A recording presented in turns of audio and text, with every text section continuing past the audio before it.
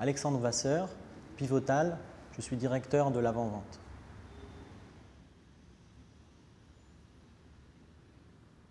C'est du volume, c'est du distribué, c'est de la vélocité et c'est surtout de la valorisation de données multiples formats, multiples sources.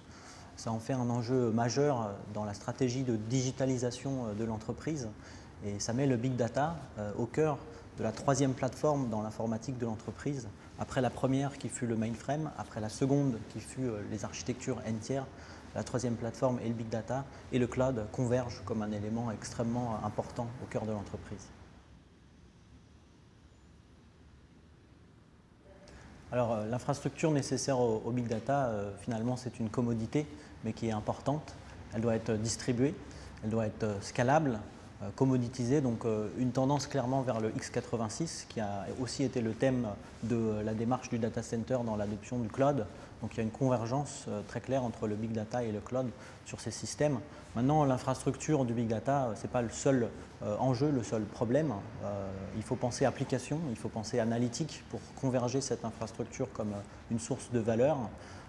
Clairement, c'est aussi pour ça que EMC et VMware ont créé Pivotal pour assurer un focus sur l'application, sur l'analytique, sur l'architecture du big data, au-delà de l'infrastructure qui est déjà traitée en fait par les maisons mères de Pivotal.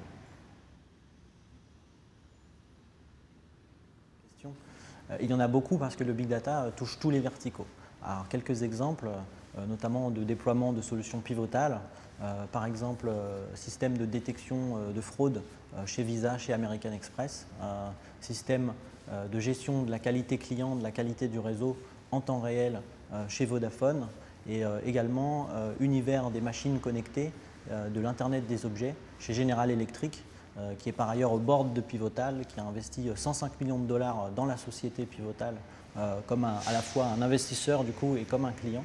Donc on le voit, le big data est au cœur de l'enjeu de digitalisation, de récupération de données pour en créer de la valeur et voir de nouveaux business dans l'entreprise.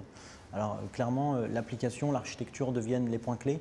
On n'est plus dans des débats d'infrastructure, dans des débats de coûts au terabyte, dans des débats d'open source ou pas open source. Bien sûr, ces fondamentaux sont des vecteurs d'adoption, de réalisation économique sur les applications du big data pour qu'elles soient viables, qu'elles soient pérennes et pour que surtout on arrive à les accoster dans les systèmes existants de l'entreprise, aussi bien système décisionnel que système transactionnel.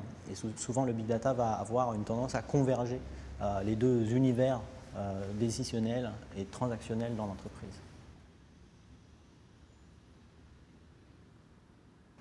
Alors, tirer de la valeur du big data, ça devient finalement un enjeu à la fois humain et à la fois applicatif.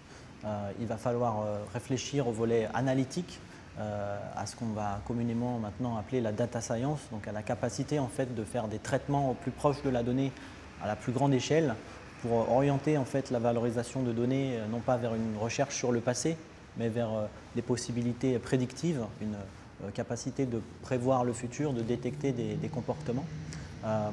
Pour ça, il faut bien sûr de la compétence, de la science de la donnée. Il faut aussi des outils à même de passer à l'échelle effectivement de l'infrastructure big data.